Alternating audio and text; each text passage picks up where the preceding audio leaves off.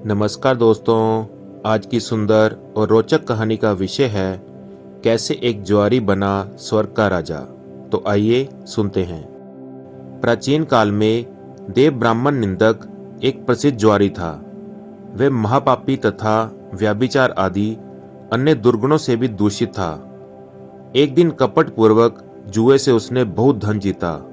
फिर अपने हाथों से पान का स्वस्तिकाकार बीड़ा बनाकर तथा गंध और माला आदि सामग्री लेकर एक वेश्या को भेंट देने के लिए उसके घर की ओर दौड़ा। रास्ते में पैर लड़खड़ाए, पृथ्वी पर गिरा और मूर्छित हो गया। जब होश आया तब उसे बड़ा खेद तथा वैराग्य हुआ। उसने अपनी सारी सामग्री बड़े शुद्ध चित्त से वही पड़ रहे एक शिवलिंग को समर्पित कर दी। बस जीवन में उसके द्वारा यह एक ही पुण्य कर्म संपन्न हुआ।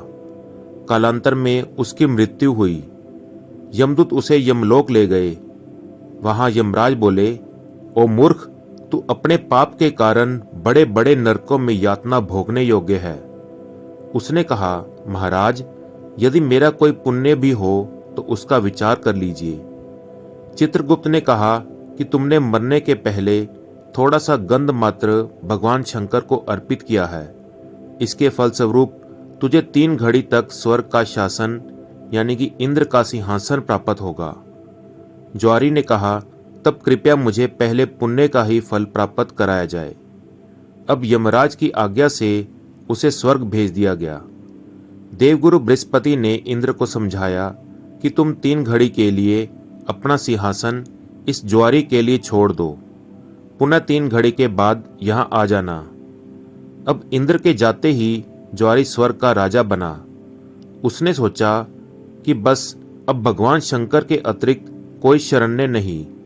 इसलिए अनुरक्त होकर उसने अपने अधिकृत पदार्थों का दान करना आरंभ किया। महादेव जी के उस भक्त ने ऐरावत हाथी अगस्त्य जी को दे दिया। उच्च श्रवक अश्व विश्वामित्र जी को दे डाला।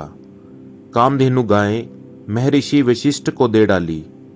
चिंतामणि रत्न गालव जी को समर्पित किया और कल्प वृक्ष उठाकर कौंडिन्य मुनि को दे दिया। इस प्रकार जब तक 3 घड़ियां समाप्त नहीं हुई वह दान करता ही गया और प्राय वहां के सारे बहुमूल्य पदार्थों को दे ही डाला।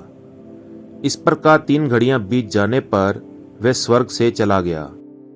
जब इंद्र लौटकर आए तब अमरावती ऐश्वर्य शून्य पड़ी थी।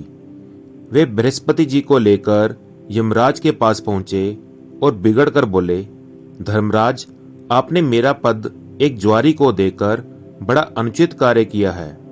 उसने वहां पहुंचकर बड़ा बुरा काम किया।